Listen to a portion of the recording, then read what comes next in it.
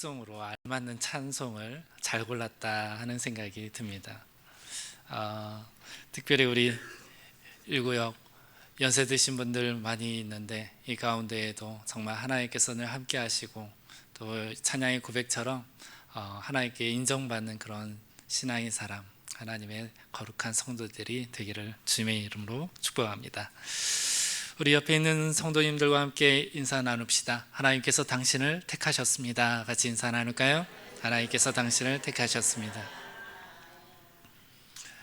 택했다라는 말 여러분들 어떻게 들리시나요? 순간 제가 택했다라고 생각하니까 그 생각이 들어요. 여러분들 배우자를 택했죠? 네, 끌려온 건 아니잖아요. 끌려왔나요? 어차피 인생 속에 배우자는 택한 존재이잖아요. 파트너이잖아요. 그 하나님께서 우리를 택했다라는 것 또한 우리 많고 많은 그 인류 속에 우리 한 사람을 딱 택했다라는 그런 영광이 우리에게 주어져 있습니다. 여러분들 이 사실을 값지게 믿고 받아들이며 하나님께 영광 올려드리는 저와 여러분들이 되기를 소망합니다. 우리가 읽고 있는 성경 66권을 정경이라고 합니다. 그런데 이 66권에 들지 못한 책들이 있는데요, 이를 위경이라고 해요. 이 위경들을 모아놓은 책들을 엮어서 아포크리파 문헌이라고 합니다. 아포크리파 문헌. 그런데 이 아포크리파 문헌 가운데에는 여러 책이 있지만 베드로 행전이라는 책이 포함되어 있습니다. 베드로 행전. 이 베드로 행전 안에는 사도 베드로의 순교 이야기가 담겨져 있는데 전승으로 내려오게 되어 있습니다.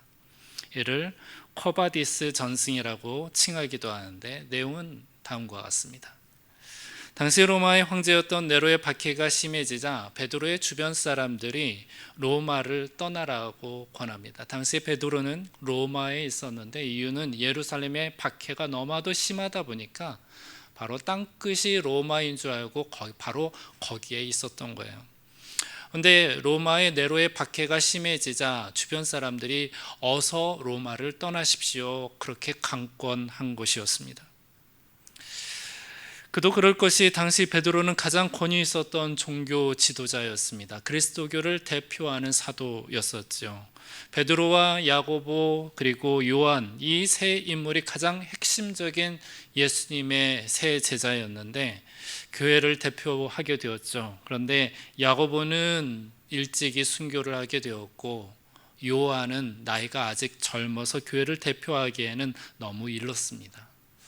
때문에 베드로 사도가 교회를 대표하는 그런 인물이 되었었는데, 그래서 성도들은 베드로가 만약에 잡혀서 순교를 당한다, 사자밥이 된다라고 한다면 교회, 그리스도교의 이 존폐는 아마 망하고 말 것이다, 없어지게 될 것이다, 교회는 앞으로 방향성을 잃게 되고 힘을 잃겠다라고 생각을 한 것입니다. 때문에 베드로는 성도들과 동역자들의 권유를 받아들이며 로마를 떠나기로 작정을 합니다. 그런데요, 사건은 바로 여기서 나타나는데 베드로가 로마를 떠나 길을 가던 중에 예수님께서 나타나신 것입니다. 그리고 베드로에게 묻기를 쿼바디스, 어디로 가느냐라고 묻는 거예요. 이에 베드로는 도미네 쿼바디스, 주님 어디로 가시나이까? 라고 대답을 합니다. 예수님께서 베드로에게 말하기를 이렇게 답을 합니다. 나는 다시 십자가에 못 박히기 위해 로마로 간다 라고 답을 해요. 이 말을 들은 베드로는 자신의 결정과 이 로마를 도피하는 이 행동이 잘못되었다라는 것을 그때 뒤늦게 깨닫게 되고 다시 로마로 돌아가게 됩니다. 이유야 어떻든 자신은 로마 박해를 피해 도망하려 했던 모습과 달리 예수님께서는 십자가를 외면하여 피하는 것이 아닌 고난의 잔을 다시 마시러 가는 선택을 하고 있는 모습에 이 베드로 사도는 이 짤막한 대화로 인하여 현재 신앙을 지키고 박해받는 그리스도인들을 지켜야 한다라는 사명을 다시 한번 확인한 것이었습니다. 그래서 베드로는 로마로 돌아와서 로마 교회 공동체는 물론 당시에 있는 헬라 지역에 있는 교회를 대표하는 지도자로서 모든 믿는 그리스도인들을 향하여서 성도들을 격려하는 일에 집중을 하게 됩니다. 내가 순교를 당할지언정 교회는 지킨다라는 마음으로 말이죠.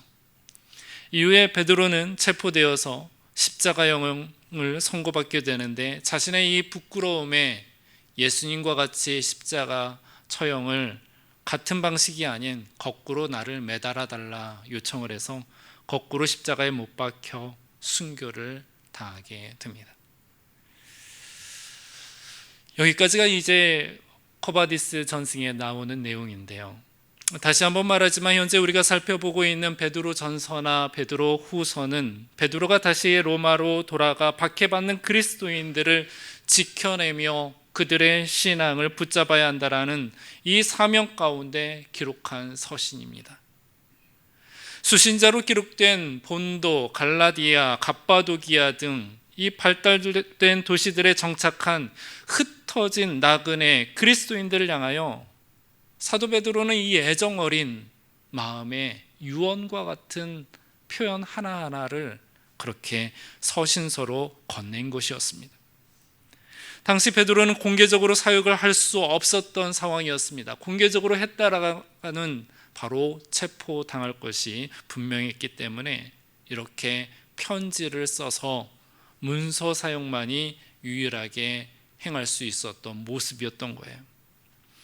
이것을 감안할 때 베드로 전서와 후서 속에 담겨져 있는 말씀 한 구절 한 구절이 베드로에게 얼마나 절박하고 얼마나 고민하며 마음을 다해 썼는지 우리는 묵상해 볼 수가 있습니다. 특별히 베드로는 택하심을 받은 자들이라고 일컬으면서 자신과 같은 길을 걷고 있는 제자들로 여겼어요. 모든 그리스도인들이 하나님께서 당신들을 택하셨다. 그리고 당신들은 예수 그리스도의 제자와 같이 길을 걷고 있다. 믿는 자들은 하나님의 택하심을 받는 것이 복음 안에서 은혜가 되는 이야기이지만 은혜가 되는 이야기이고 진리이지만 베드로 사도에게는 택함을 받았다라는 것은 보통 그리스도인들이 택함 받았다라는 이 생각보다 훨씬 뛰어넘는 특별한 축복으로 자기에는 다가왔었어요. 베드로는 잔뼈가 굵은 어부였죠. 세상에서 지식이나 부나 명예 등으로 예수님의 수제자가 될 만한 그 어떠한 것도 지니지 못한 상태였습니다. 오히려 실수투성이었습니다. 하지만 모두가 그를 바라보고 모두가 그를 부러워하고 그를 지켜세운 예수님 옆에 첫 번째 제자였고 예수님께서 아끼신 제자였던 그 모습이 모든 이들의 선망의 대상이었고 부러움의 대상이었어요. 베드로 입장에서는 그야말로 많은 이들 중에 택함을 받았다라는 것 말고는 그 어떠한 것도 설명할 수 없는 부분이었습니다. 내가 하나님께로부터 예수님께로부터 택함 받았구나. 이것 은혜구나. 이렇게 선택의 은혜를 잘 알고 있었던 베드로가 이제는 자신뿐만 아니라 그리스도 안에서 한 믿음을 가진 우리 모두가 다 택함을 얻어 구원받은 자 되었다라는 것과 우리를 부르셔서 거룩한 모습으로 이끌어 가신다라는 이 내용을 강조하면서 말씀을 전하고 있는 것입니다. 13절부터 15절까지 말씀을 우리 다시 한번 소리내서 읽어보도록 하겠습니다. 그러므로 너희 마음의 허리를 동이고 근신하여 예수 그리스도께서 나타나실 때에 너희에게 가져다 주실 은혜를 온전히 바랄지어다. 너희가 순종하는 자식처럼 전에 알지 못할 때에 따르던 너희 사욕을 본받지 말고 오직 너희를 부르신 거룩한 이처럼 너희도 모든 행실에 거룩한 자가 되라. 아멘. 13절에 보면 그러므로 너희 마음의 허리를 동이고 근신하며 라고 나오죠. 너희 마음의 허리를 동이고 근신하여, 이 권면 안에는 베드로 자신의 실패와 과거 실패와 회개했던 기억이 고스란히 담겨져 있는 말씀으로 느껴집니다. 베드로는 예수님을 가장 가까이에서 따랐던 수제자로서 말씀을 가장 많이 들었고요, 기적을 많이 목격하였고, 그리고 누구보다도 확신에 찬 고백으로 예수님께 응답했던 인물이었습니다. 하지만 베드로가 무너진 곳들에는 마음의 허리라는 저 단어가 암시하듯 마음의 허리를 동여매지 않고 풀려 있었던, 방심했던 순간이었습니다. 다 주를 버릴지라도 나는 버리지 않겠습니다 호언장담하였지만 두려운 상황 앞에 그의 마음은 와르르 무너지게 되었습니다. 코바디스 전승의 모습도 마찬가지입니다. 베드로가 로마를 떠나기로 결정한 이유는 충분히 납득이 갈 만한 이유였습니다. 교회를 대표하는 사도였기 때문에 보존을 해야 했고, 그래야만이 그리스도교 공동체가 유지될 수 있었고 복음이 살아서 계속 전파될 수 있었으니 현실적으로 보면 매우 합리적인 선택을 한 것처럼 보여요. 그러나 이 선택 역시 마음의 허리를 동인 선택이 아니었던 것입니다. 주님께서 바라보실 때 말입니다. 십자가의 방향이 아닌 어떻게든 살아남는 방향이었습니다. 예수님을 따름이 아닌 과거 살고자 예수님을 부인했던 뒷걸음질하는 방향이었습니다.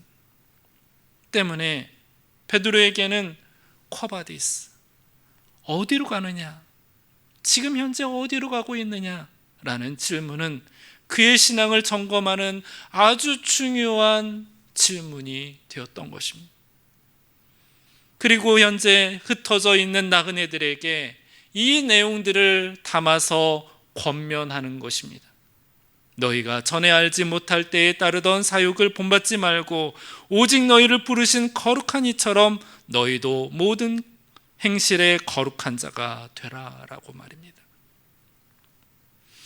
베드로가 표현하고 봤던 사욕은 그 어떠한 육체적인 욕망을 벗어나 하나님보다 먼저 나를 살리고 싶었던 마음, 십자가보다 편안함을 택하고 싶었던 마음, 도망치고 싶었던 마음을 말하는 것입니다. 그게 베드로가 말하고 싶었던 사욕인 거예요. 이미 사욕의 길을 가려 했던 베드로였지만 때마다 사랑하는 주님께서 나타나셔서 사욕의 길을 걷지 말라고 막아섰던 경험들을 베드로는 채차했던 것입니다. 때문에 베드로 사도는 흩어진 나그네들에게 사욕의 길을 걷지 말라라고 그렇게 권면하고 있는 것입니다. 사랑하는 성도 여러분들, 우리 역시도 흩어져 있는 나그네들이요, 베드로 사도의 권면의 말씀을 마음 깊이 새겨야 할 것입니다. 우리를 택하시고 부르신 하나님께서 거룩한 길을 보이셨어요. 우리 각 성도들마다, 여러분들마다의 부름의 길을 보여주셨습니다. 비전을 보여주셨습니다. 그 길을 걸으라 명하셨습니다. 그리고 우리는 순종으로 걷고 있습니다. 그런데 길을 가는 중에 어려운 일 당할 때 우리의 본성을 따라 사욕의 길을 선택할 때가 있습니다. 하나님보다 현실적인 대책에, 십자가보다 살아남기를 바라는 모습들도 우리들에게는 있지요. 내 자아가 살아서 하나님의 뜻보다 내 뜻을 먼저 선택하는 일들이 종종 있는 것입니다.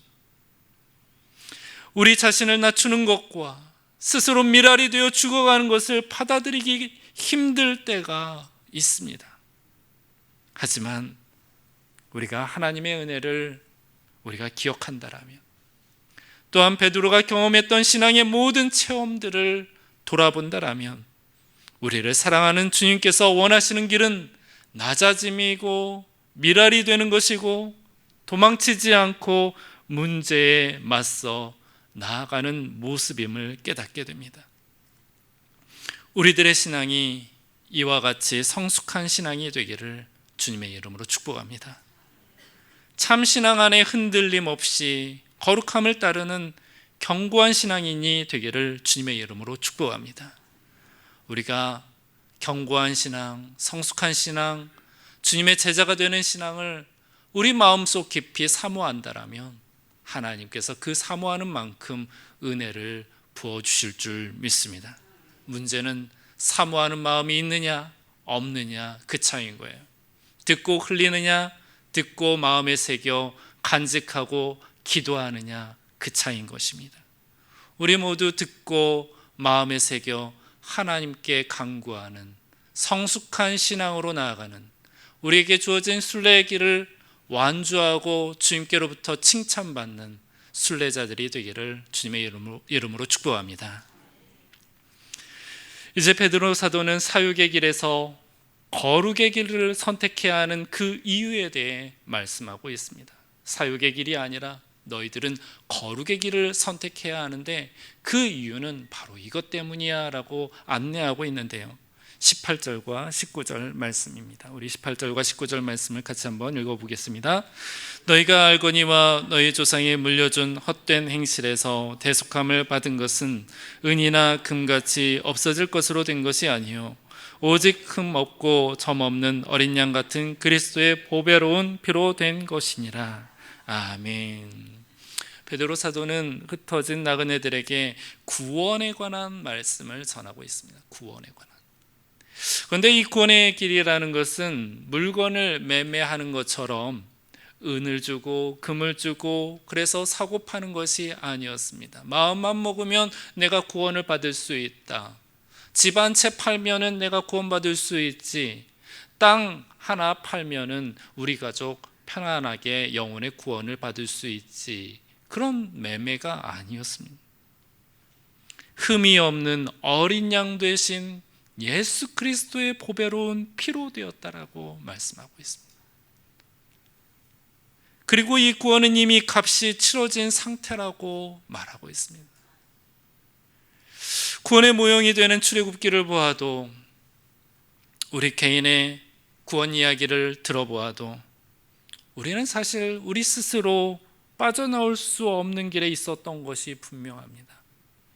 조상 때부터 내려온 헛된 행실이며 돌아보아도 소망 없는 길을 걷고 있었던 것이 우리들이었어요. 잘못된 습관, 중독, 여러 가지에 갇혀 있었던 생활, 꿈이 없었던 인생에 방황하는 시기, 실패 속에 어떻게 해야 할지 몰라 했던 낭망함, 그런 길을 걷고 있었을 때 주님께서 우리를 찾아오셔서 빛을 비춰주시지 않았습니까? 전에 제가 캄보디아 선교를 다녀온 적이 있었는데요, 길을 걷는 중에 이제 길을 가죠. 차를 타고 길을 가는데 길가에 사람들이 굉장히 많습니다. 사람들이 이제 어른들뿐만 아니라 어린이들도 있어요. 뭐를 하나 봤더니 그냥 길거리에서 생계 유지하려고 뭔가를 파는 모습이었어요. 그런 아이들, 어른들이 꽤나 많습니다.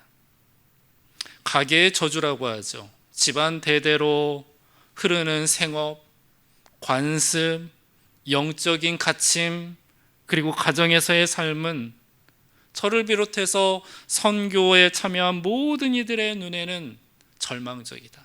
저들에게 희망이 없다.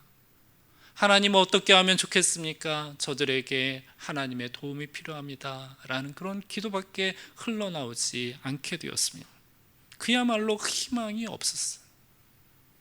저렇게 살면 인생이 불행하게 될 텐데, 인생 쳇바퀴 돌듯 저런 육신의 이 노예가 되어서 이 생활 계속 죽을 때까지 하게 될 텐데 어떻게 하나. 너무나도 우리와 상반된 모습들이었던 것입니다. 그들의 이야기를, 이제 선교사님의 이야기를 들어보면 이런 거예요. 하루치를 돈 벌어서 그것을 가지고 저금을 하느냐? 저금도 아니에요. 그것을 가지고 남편에게 갖다 주면 남편은 그걸 가지고 도박을 한대요. 때로는 우상제물에 바쳐야 하니까 그 돈이 또 헛된 데에 바쳐지게 되는 거예요. 집 월세로 계속 내어야 한답니다. 정말 불쌍하기 짝이 없는 모습들이었어요. 그만큼 우리는 사실 스스로 빠져나올 수 없는 애굽의 종살이를 살고 있었던 것이 사실이었습니다. 역할만 바뀌었지 우리의 과거 모습도 이전의 세대의 모습도 바로 이런 모습이었다고요. 우리 스스로 우리의 자력으로 어떻게 해서 이런 영적인 노예의 그 상황 속에서 빠져나올 수 있는 구석이 없었던 것입니다. 그러나 이 저주의 길에서 벗어날 수 있었던 것은 우리를 대신해서 누군가가 값을 치렀기 때문인 것입니다. 자유하게 하는 값 말입니다. 그 값을 치른 이가 누구입니까? 바로 예수 그리스도예요. 그 값의 내용이 무엇입니까? 바로 예수 그리스도의 보혈입니다. 십자가의 보혈. 그리고 예수 그리스도를 직접 눈으로나 그 앞에서 동의 혹은 영접을 경험하지 못한 우리가 구원의 은총을 받을 수 있는 이유에 대해 베드로 사도는 말씀을 의지한 믿음이 우리를 구원시킨다라고 말씀하고 있습니다. 때문에 시간이 지나도 다른 공간에 있어도 예수님께서 나의 죄를 위하여 십자가에 달려 돌아가셨다라는 이 진리를 듣고 마음을 연다라면, 그 사실을 받아들인다라면 누구든지 그 어떠한 사람이라도, 비록 감옥에 있었던 사람이라 할지라도, 과거에 죄가 많았던 사람이라 할지라도, 정치범이라 할지라도 누구든지 구원을 받게 됨을 말하고 있는 것입니다.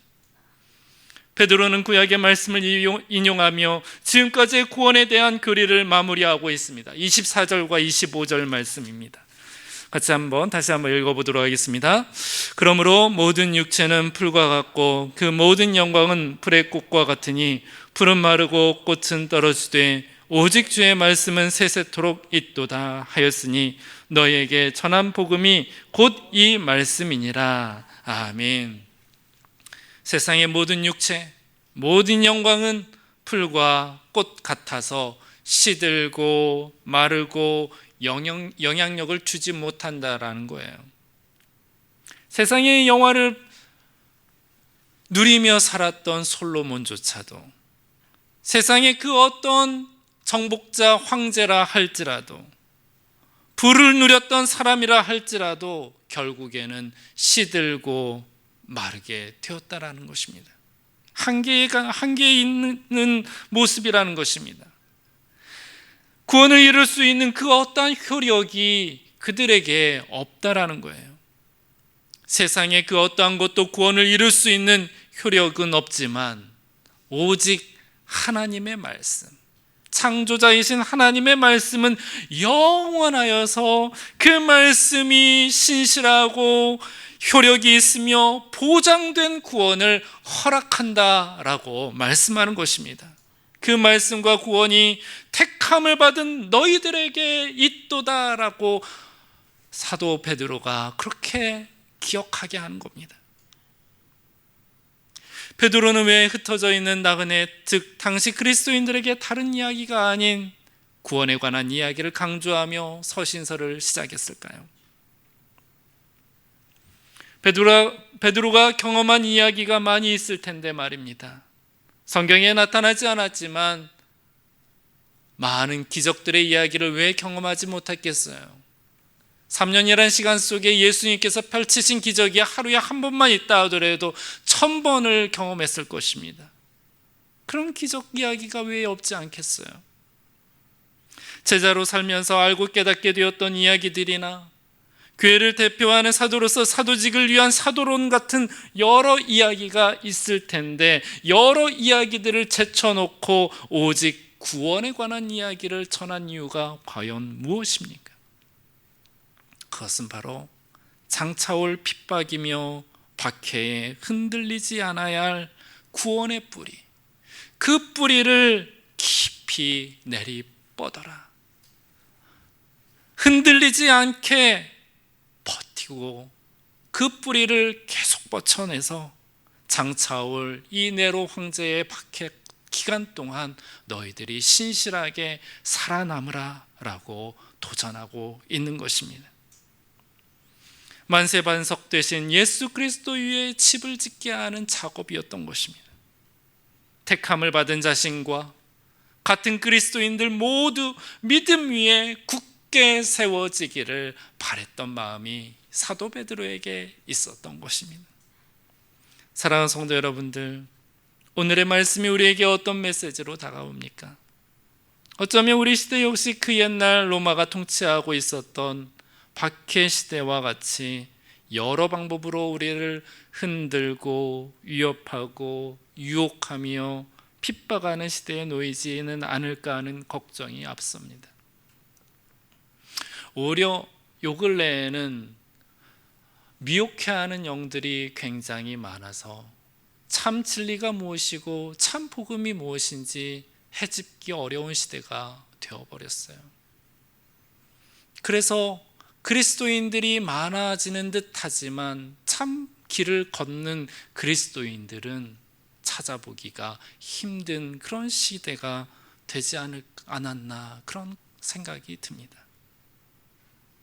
말세의 분위기가 점점 다가오는 모습인 거예요. 디모데후서에 보면은 이런 말씀이 있습니다. 말세에 관하여서 이렇게 표현을 합니다. 말세에 고통하는 때가 이르러 사람들이 자기를 사랑하며 돈을 사랑하며 자랑하며 교만하며 비방하며 부모를 거역하며 감사하지 아니하며 거룩하지 아니하며 무정하며 원통함을 풀지 아니하며 모함하며 절제하지 못하며 사나우며 선한 것을 좋아하지 아니하며 배신하며 조급하며 자만하며 쾌락을 사랑하기를 하나님 사랑하는 것보다 더하며 경건의 모양은 있으나 경건의 능력은 부인하니 이 같은 자들에게서 내가 돌아서라 라고 말씀합니다. 내용 하나하나가 이 시대를 참 잘 표현하고 있는 것 같아요.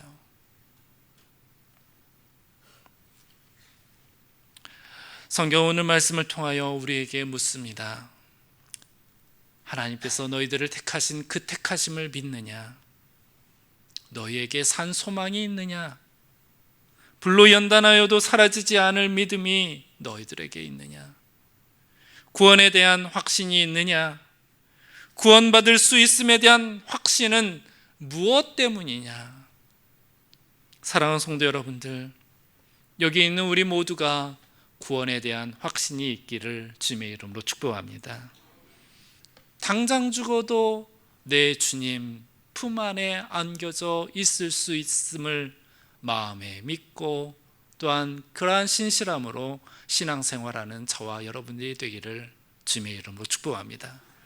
갑자기 환난 당한다고 해서 어려운 일이 있다고 해서 갑자기 커다란 나에게 일이 닥친다 해서 어떻게 하나님 이럴 수 있습니까? 하나님 안 믿겠습니다 라면서 그렇게 신앙생활하지 마시고 언제나 하나님을 향한 신실한 믿음으로 살아가는 우리 함덕교회 교회 공동체가 되기를 소망합니다.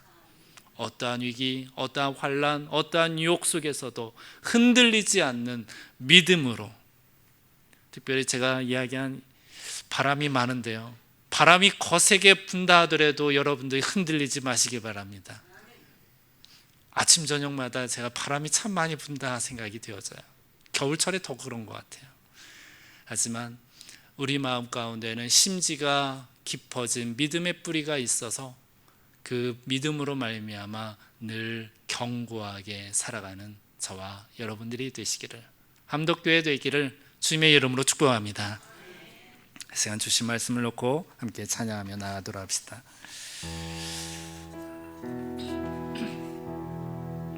예수 그리스도의 보혈의 피, 그 피는 놀라운 능력과 놀라운 효력을 발휘합니다. 단지 단어로 예수 그리스도 피라는 것, 그것을 내가 받아들이고 그냥 고백하는 것, 그 이상이에요. 한 이야기만 하고 이 찬양을 부를게요. 한 번은 이제 제가 다녔던 거쳐왔던 교회 중에 성령 운동을 하는 교회를 거쳤었습니다. 귀신 축사를 많이 했었죠. 그렇다고 해서 이단은 아닙니다. 축사를 하는 중에 이제 담임 목사님께서 이제 축사를 하세요. 대부분 축사를 하고 막 가정에 여러 가지 영적으로 문제된 성도님들 와가지고 기도받고 막 그래요. 근데 한 번은 담임 목사님이 부재였었어. 그 다음 밑이 저였어요. 근데 이제 자녀들이 뭐 수련회 때문에 자녀들도 와가지고 이제 기도를 하는데, 이제 기도하는 중에 한 고등학생, 이제 제가 담당한 고등학생이 막 발작을 하는 거예요. 어떻게 합니까? 권사님들이 다들 저만 바라보고 있는 거예요. 빨리 기도해야 한다고 강단 위에 올라와가지고 기도를 하는데, 저와 권사님들 몇 분이서 둘러싸여가지고 막 기도를 해야 되기 시작합니다.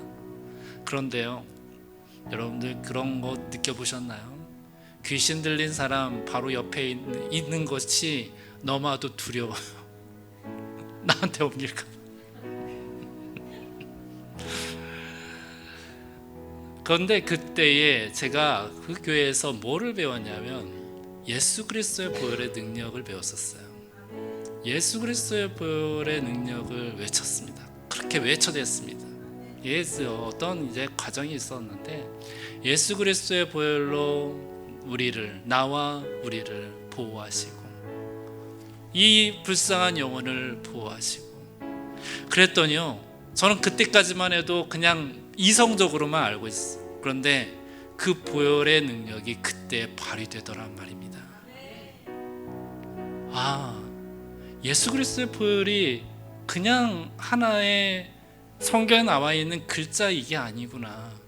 중요한 순간 나를 보호할 수 있는 하나님의 권능이구나라는 것을 알게 되었습니다. 출애굽 마지막 사건이 바로 이제 장자의 죽음이잖아요. 유월절 어린 양을 피를 우슬초에 찧어서 문설주에 발랐을 때 죽음의 천사가 넘어가지 않습니까?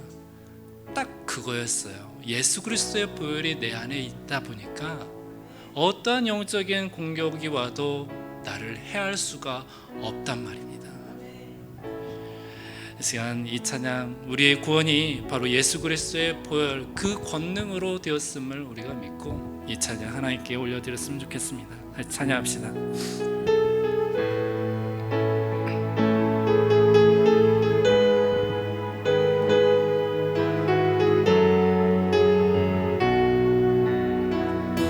주의 보좌로 나아갈 때, 주의 보좌로 나아갈 때에 어떻게 나가야 할까? 나를 구원한 주의 십자가, 그것을 믿으며 가네. 주의 보좌로, 주의 보좌로 나아갈 때 나 여전히 부족하나. 나를 품으신 주의 그 사랑, 그것을 믿으며 가네. 자격 없는 내 힘이 아니, 오직 예수님의 보혈로. 아멘. 자격 없는 내 힘이 아니, 오직 예수님의 보혈로.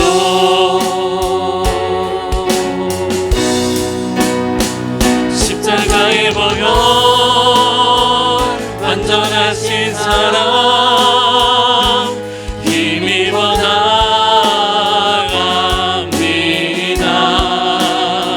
십자가의 보혈, 완전하신 사랑, 힘입어 예배합니다. 우리 처음부터 같이 고백합시다. 주의 보좌로 나아갈 때에